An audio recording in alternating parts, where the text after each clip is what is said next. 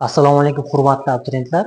Biologiya 2025 varianti yechimini boshlaymiz. Xato va kamchiliklar uchun uzr so'raymiz. Kanalimizga a'zo bo'lib qo'yib, like tugmasini bosib qo'ying. Demak, boshladik. Birinchi nazariyalarni ko'rib ketamiz, amaliylarni esa keyingi videoda joylab ketamiz. 1. Jadvalning qaysi qatorda berilgan misollar evolyutsiyaning yo'nalishiga muvofiq tarzda berilmagan. Berilmagan degani, demak noto'g'ri javob topamiz degani. 1. Fotosintez jarayonining paydo bo'lishi. Bu aromorfoz hisoblanadi. Idadaptatsiya degan bir noto'g'ri olamiz. 2. Qishda sutemcha qalin yungli qatlamli hosil bo'lishi. Bu moslanish, idadaptatsiya. 2 bor javob chiqib ketsa, A bilan C javob chiqib ketdi. 3. Jigar qurtining harakat asosining yo'qligi. Bu umumiy degeneratsiya bilan aromorfoz emas. 3 xato eka olamiz. 1 3 bo'lib turibdi. 4. Gul o'simlikda qo'sh urg'anish paydo bo'lishi. Aromorfoz. Bu to'g'ri javob. Bizga to'g'ri javob kerak yo'q, noto'g'ri javob kerak. B javob chiqib ketdi. Javob D variant bo'ladi. Ikkinchi variant keyingi videoda ko'rsatib beramiz. 3. Odam organizmi ichki sekresiya bezlari ishlab chiqaradigan biologik moddalarning xususiyatini juftlang degan. Paratgormon bu organizmda kalsiy fosfor almashinuvini ishlab boshqaradi va organizmda qalqon oldi bezda ishlab chiqariladi. Demak, 1 F kalsiy fosfor almashinuvini boshqaradi. 1 F. 2 estrogen ayollarda jinsiy bezlar funksiyasini kuchaytiradigan gormon. E javob 2 ga. 3 adrenalin buyrak ustining miya qavatini ishlab chiqaradi. Javob B variant bo'ladi. 4 amaliy ekan. 5 kelib chiqish markazi Janubiy G'arbiy Osiyo hisoblangan o'simlik haqida to'g'ri ma'lumot aniqlang degan. 4 degan B'da gullar qiyshiq. 4 B'da chiqib ketadi. Janubiy G'arbiy Osiyo markaziy emas. A javob chiqib ketdi. B variantda 1 bug'doy murakkab boshiqda kulfosfat to'g'ri. 2 sabzi murakkab soyabon. Javob B variant to'g'ri.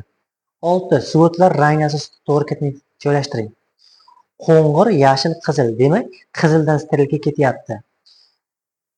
Demak, birinchisi qo'ng'irga laminariya bo'lish kerak. 5 bo'lish kerak. Demak, A bilan C javob chiqib ketdi. B bilan D javob bo'lish kerak. Keyingisi yashil bo'lish kerak. Ulva 1 bo'ladi. Qizil suyotga fillofora, nemolion, porfira 3 2 4. Demak, B javob ham, D javob ham to'g'ri kelyapti, faqatgina sterilkasi B javobda teskari sterilga qo'yilgan. Javob D variant bo'ladi. 7 quyidagi fikrlar orasida to'g'risini aniqlang. A javob parazit hayot kechirish chuvalchanglarining tashqi tuzilishi va hayot kechirish xususiyatiga katta ta'sir ko'rsatadi. Bunday o'zgarishlar to'garak cho'chigini ayniqsa yaxshi ko'rsatiladi. Bunday o'zgarishlar to'garak cho'chiglarda emasda, yalti cho'chiglarda yaxshi tashlanadi. A javob chiqib ketdi. B. Askardan jinsiy sistemasi bir uchi ber, ingichka o'xshash bo'lib, tana bo'shlig'ida buralib joylashgan. Erkakning jinsiy organi bitta urug'dondan iborat. Javob B variant bo'ladi.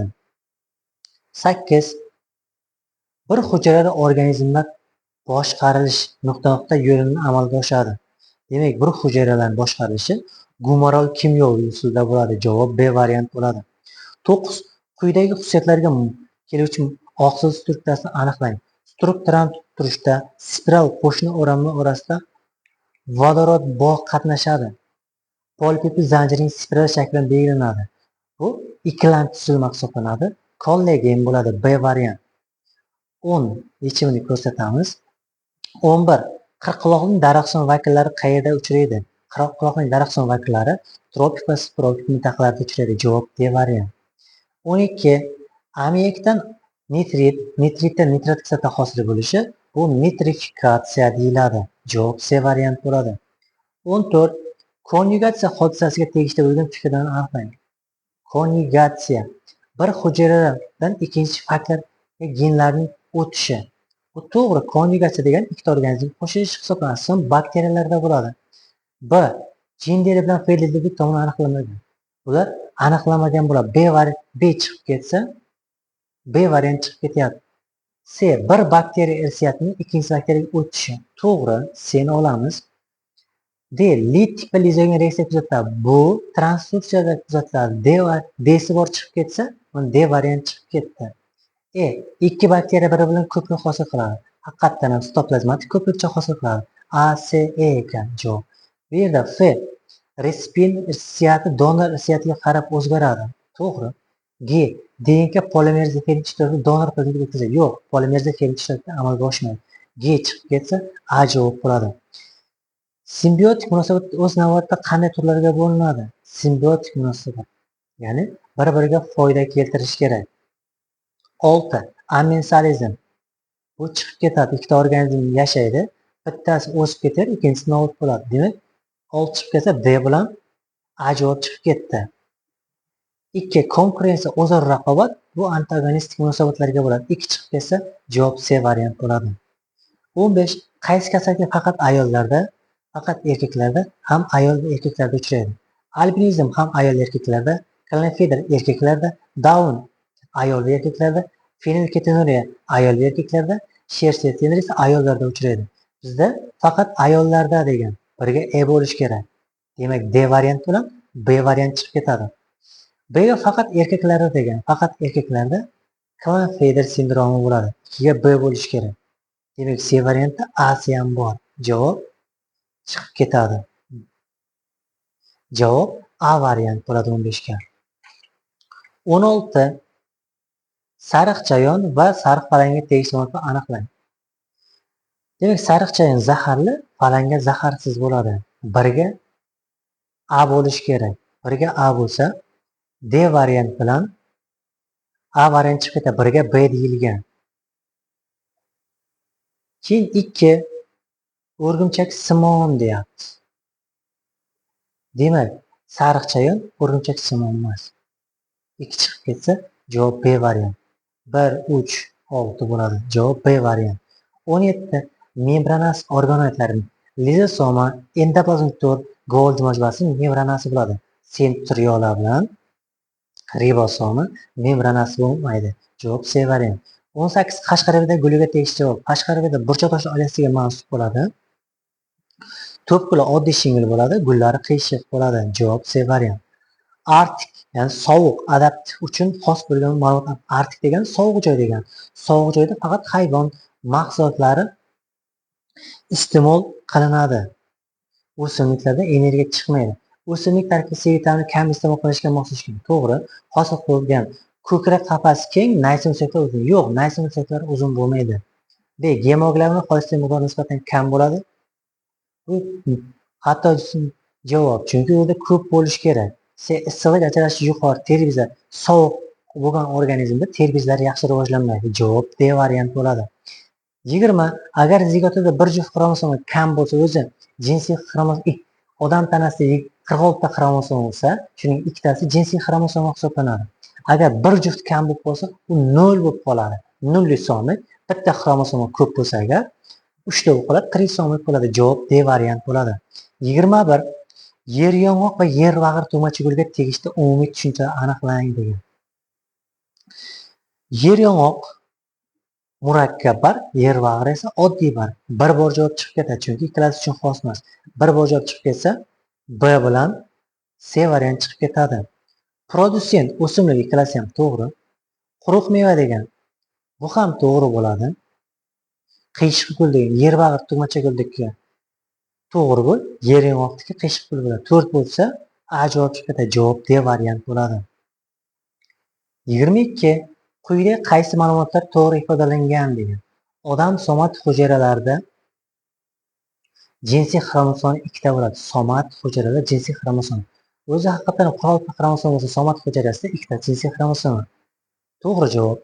B esa odam jinsiy hujayrasida jinsiy xromosom soni 23 ta. Jinsiy hujayrasidagi jinsiy xromosomlar soni bitta bo'ladi. Demak, B esa xato bo'lsa, ikkita variant chiqib ketdi. C odam somat 46 juft xromosom, 46 juft emas, 23 juft C chiqib ketsa, javob D variant bo'ladi. 23 buni ishlashni ko'rsataman. 24 nafas olish tizimi jabra, traxeya, o'pka bo'lsin. Jinsisi emas, ayrimchisi genofoz bo'lsin. Media demak, jabra orqali nafas oladi. Ayrim jinsi bo'ladi, ikki palal mollyuska. To'g'ri. Yashil bronza qo'ng'izi, hasharot, ayrim jinsi Traxeal nafas to'g'ri. Suv shillig'i qorin oyoq muolajasiga germofrodit, o'pka bilan nafas javob A variant bo'ladi. 25. Qaysi gormonda limfositlar hosil bo'lish kuchaytirish immunitetni oshiradi? Bu timozin gormoni bo'ladi. 26. Keltirilgan qaysi xususiyatlar evkariotlar uchun xos? Evkariot atmosferadagi erkin azotni o'zlashtiradi. Buni esa tug'nak bakteriya esa avtotrof bo'ladi. Bir variant chiqib ketdi. 2. Barchasi xlorofil pigmentiga ega degan. Demak, evkariotlarning hayvonlarda xlorofil pigment bo'lmaydi. 2 bor javob chiqib ketdi. 3. Aerob holda hayot kechiradi degan evkariotlar. 4. Mitoxondriya organizmi mavjud. 5. Barchasi heterotrof. 6. Yadro 2 qatlamli. Demak, 6 ni olamiz. Yadro 2 qatlamli mineraldan iborat. 5. Barchasi heterotrof oziqlanadi. Barchasi heterotrof oziqlanmaydi. 5, 1, 2 javob chiqib ketsa, javob D variant bo'ladi. Mitoxondriya organizmi mavjud bo'ladi. 27 variant. Quyidagi kasalliklar to'g'ri juftlab yozing degan. Radikulit. Radikulit bu umurtqa pog'onasi beli va domog'ida chiqadigan nervlarning siqilib qolishi bo'ladi. Biriga D bo'ladi. Biriga D bo'lsa, A javob chiqib ketdi. 2. Pankreatit. Bu oshqozon osti bezining yallig'lanishi. 2 ga E bo'lishi kerak. B variant chiqib ketdi. 3. Nevrit bor, nefrit bor. Nevrit nefrning yallig'lanishi bo'ladi. Ya'ni harakatlanishi nefrning yallig'lanishi. Javob C variant bo'ladi. 28. Molodbila o'simligining mantiqiy javob ko'rsating. Molodbila ajratuvchi kurtagidan jinsiz ko'payadi. 1. To'g'ri. Ildiz tizimiga ega emas degan. Bu quruq joyga moslashgan bo'ladi, kserofit bo'ladi, ildiz tizimi yaxshi rivojlangan bo'ladi. 2 bor javob chiqib ketsa, B variant chiqib ketdi. 3. Gidrofitda bu cho'lga moslashgan bo'ladi. C javob chiqib ketdi. 4. Sag'an bilan bir stemat pilka kiradi. Ikkalasi ham cho'l o'simligi. 5. To'qima organlari suvni zaxirada saqlash, so'ngra tejab sarflashga so'raladi. To'g'ri. 6. Sklorofit degan. Sklorofit emas, bu sukkulent bo'ladi. 7. Mezofitga chiqib ketadi. Javob 1, 4, 5 bo'lishi javob D variant bo'ladi. 29. Dastlabki gulli o'simliklar paydo bo'lgan era uchun bo'lgan ma'lumotlar soni nechta degan ekan. Jamoa birlashuvchi hasharotlar, chumol, termit, asallar paydo bo'lgan. Dastlabki gulli o'simliklar paydo bo'lganda jamoa bo'lib yashaydigan hasharotlar, chumol, termitlar paydo bo'lmagan. Ya'ni bu mezozoy erasiga to'g'ri kelyapti. 2. Dinozavr hukmronlik qilgan. Haqiqatdan ham yirtqich sudraluvchilar tanasi 20-25 metrgacha yetgan. Olamiz. Trilobitlar soni kamaya boshlagan degan. Bu xato. 4. Dastlab ko'krak qafasiga ega organizm hosil bo'lgan. Ko'krak qafasiga ega bo'lgan organizm paydo bo'lmagan. Bu esa Palez erasida paydo bo'lgan. 1, 3, 4 bor javob chiqib ketdi. 3 ta javob chiqib ketdi. 5. Haqiqiy qushlar paydo bo'lgan. To'g'ri. Diafragmal organizm paydo bo'lgan. To'g'ri. Lemur va kek tovonlar paydo bo'lgan. Sto'ng'iz to'g'ri. Uchar kaltakisi paydo bo'lgan. To'g'ri. Javob 1, 2, 3, 4, 5 tasi bo'ladi. Javob B bo'ladi. 30. Jabraga va malpaga naychaga ega organizm soni nechta?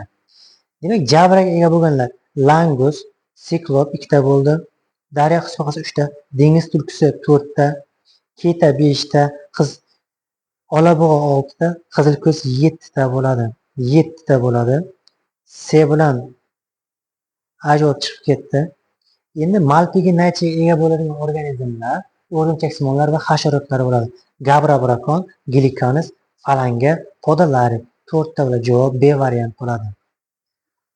Kanalimizga a'zo bo'lib qo'ying va do'stlaringizni chaqiring.